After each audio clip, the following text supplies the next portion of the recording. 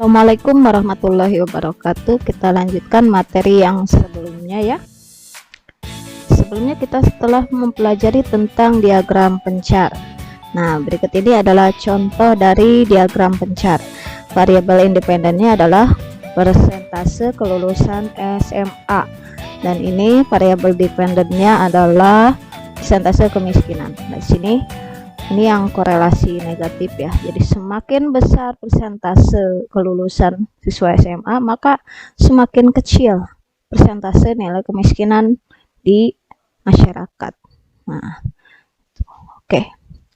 Berikutnya kita pelajari tentang regresi linear. Yang kita pelajari pertama adalah tentang garis regresi atau garis base fit. Nah, kita kembali lagi sebelumnya. Di sini di antara rentan data ini kita bisa buat garis regresi.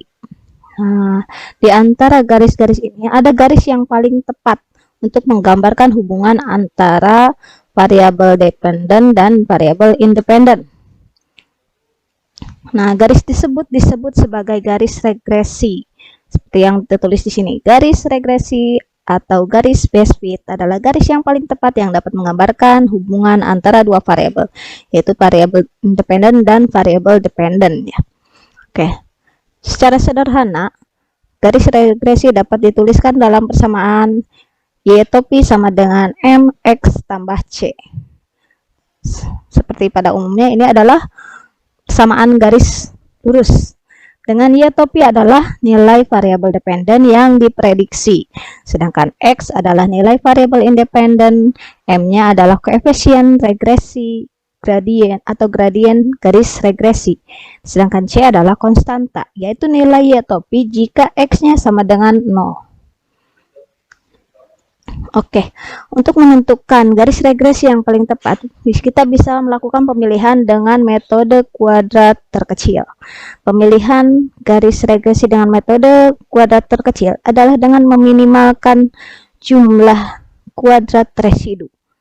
Seperti pada gambar berikut. Nah, ini pencarian datanya. Ini garis regresi yang memungkinkannya semakin kecil jaraknya, ya, jadi selisihnya semakin kecil, maka garis regresi itu adalah garis regresi yang paling tepat. Oke. Residu adalah jarak vertikal antara titik-titik data dan garis regresi. Berdasarkan gambar tersebut, nilai dari residu sebagai berikut. Nah, kita lihat sini ya. Nah, ini nilai Y dan ini nilai Y topi. Ini yang diprediksi, ini nilai Y pada datanya. Untuk mencari selisihnya, jadi berarti kita tinggal mengurangi Y dikurangi dengan Y topi. Berarti residu itu sama dengan Y dikurangi Y topi. Dengan Y itu adalah nilai variabel dependen yang diamati, Y topi adalah nilai variabel dependen yang diprediksi. Nah, ini Y topi, di sini nilai Y topinya, di sini nilai Y-nya. Ini yang diprediksi, ini yang sebenarnya, yang diamatinya. Oke, kita lanjut. Kita membahas tentang interpolasi dan ekstrapolasi. Penggunaan garis regresi untuk memprediksi nilai yang berada pada rentan data. Pada rentan data itu disebut interpolasi, sedangkan penggunaan garis regresi untuk memprediksi nilai yang berada di luar rentan, yang ada di luar rentan baik yang setelahnya maupun sebelumnya, itu disebut ekstrapolasi, seperti pada gambar berikut ini. Nah, ini rentan datanya di sekitar sini ya, persebaran datanya dari sini ke sini. Nah, ini yang paling kecil dan ini yang paling besar nilai X-nya di sini ya. Sedangkan ini yang diprediksinya, berarti ini di daerah ekstrapolasi, sedangkan ini ekstrapolasi yang bawah. Nah, yang berada pada rentan ini adalah interpolasi. Oke, berikutnya kita pelajari tentang koefisien korelasi, analisis korelasi, koefisien korelasinya. Koefisien korelasi merupakan nilai yang menunjukkan kekuatan hubungan antara dua variabel. Nilai koefisien korelasi R sama dengan plus minus 1 itu menunjukkan terjadinya hubungan yang sempurna antara dua variabel. antara variabel independen dan variabel dependen. Nah, sedangkan nilai R sama dengan 0 itu menunjukkan tidak adanya hubungan antara variabel dependen dan variabel independen. Nah, jadi tidak ada korelasinya. Oke, perhatikan diagram pencar berikut untuk memahami korelasi antara dua variabel. Nah, ini untuk nilai koefisien korelasinya R sama dengan plus 1, seperti ini, korelasi positif, ya. Nah, ini persebaran datanya berada pada garis. Ini yang menyusun garis. Ini untuk yang R sama dengan 1. Oke. Nah, ini yang tadi adalah korelasi positif yang sempurna, yang ini korelasi negatif yang sempurna. Semakin besar nilai variabel independennya, maka semakin kecil nilai variabel dependennya. Nah, persebaran datanya ada pada garis regresi. Sedangkan ini yang tidak ada korelasinya, penyebarannya luas, tidak ada ikatan-ikatannya, keterkaitan antara variabel dependen dan independen dan dependennya tidak ada. Ini penyebarannya seperti ini. Nah, nilai R-nya itu sama dengan 0. Nah, berikutnya nilai koefisien korelasi itu antara negatif 1 sampai 1. Nah, untuk lebih jelasnya, jika dimulai dari negatif 1 kurang dari R kurang dari 0. Yang ini nih, yang bawah. Nah, negatif 1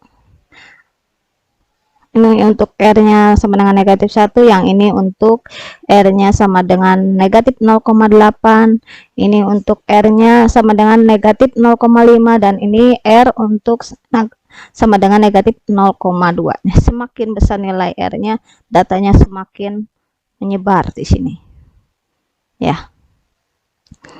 Oke, ini untuk korelasi yang negatif, sedangkan untuk korelasi yang positif dimulai dari R sama dengan positif 1. Nah, di sini. Nah, di sini korelasi R sama dengan positif 0,8. Persebaran datanya mulai menebar, dan sini R sama dengan positif 0,5, dan ini R sama dengan positif 0,2. Ya.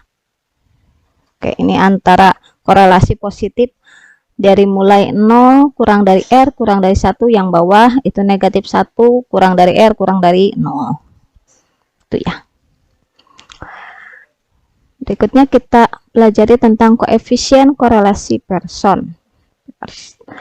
Adalah jenis korelasi yang dapat digunakan untuk mengukur tingkat korelasi antara variabel yang berhubungan secara linear. Koefisien korelasi Pearson digunakan untuk menunjukkan tingkat hubungan variabel independen X dan variabel Y atau variabel dependennya. Perhatikan rumus koefisien korelasi berikut. R sama dengan, nah yang pertama kita bisa gunakan rumus yang ini dan yang ini ya, atau yang pertama sigma dalam kurung X dikurangi rata-rata dari nilai X dikali dengan Y dikurangi rata-rata dari nilai Y dibagi dengan akar dari sigma X kurangi rata-rata nilai X dikuadratkan dikali dengan akar dari dalam kurung Y dikurangi Y rata-rata dari Y dikuadratkan. Nah, atau yang ini ya. Oke. Berikutnya kita pelajari tentang koefisien determinasi. Nah, nilai koefisien determinasi itu dilambangkan dengan R pangkat 2. Untuk R pangkat 2 sama dengan 0, ini artinya tidak ada korelasi. Nah, kalau nilai R pangkat 2-nya antara 0 sampai dengan 0,25, berarti korelasinya sangat lemah. Berikutnya 0,25 sampai dengan 0,5 lemah, 0,5 sampai dengan 0,75 berarti korelasinya sedang, 0,75 sampai dengan 0,9 berarti korelasinya kuat, 0,9 sampai dengan kurang dari 1 berarti sangat kuat, sedangkan R sama dengan 1 berarti sangat mempengaruhi, artinya sempurna. Koefisien determinasi ini digunakan untuk memprediksi dan melihat seberapa besar pengaruh variabel independen terhadap variabel dependen. Koefisien determinasi itu dilambangkan dengan R pangkat 2 ya. Adalah kuadrat dari koefisien korelasi atau R. Nah, ini adalah tingkat yang tadi kita bahas itu adalah tingkat korelasi berdasarkan nilai koefisien korelasinya. Nah, berikutnya untuk melihat kita juga bisa nilai koefisien korelasi determinasi berkisar antara 0 sampai dengan 1 dan dapat diubah ke dalam bentuk persentase untuk menyatakan besar pengaruh variabel independen terhadap variabel dependen. Nah, rumusnya seperti ini. Koefisien determinasi sama dengan R pangkat 2 dikali dengan 100%. Ikut ya. Oke, untuk lebih jelasnya kita akan belajar di kelas masing-masing. Wassalamualaikum warahmatullahi wabarakatuh.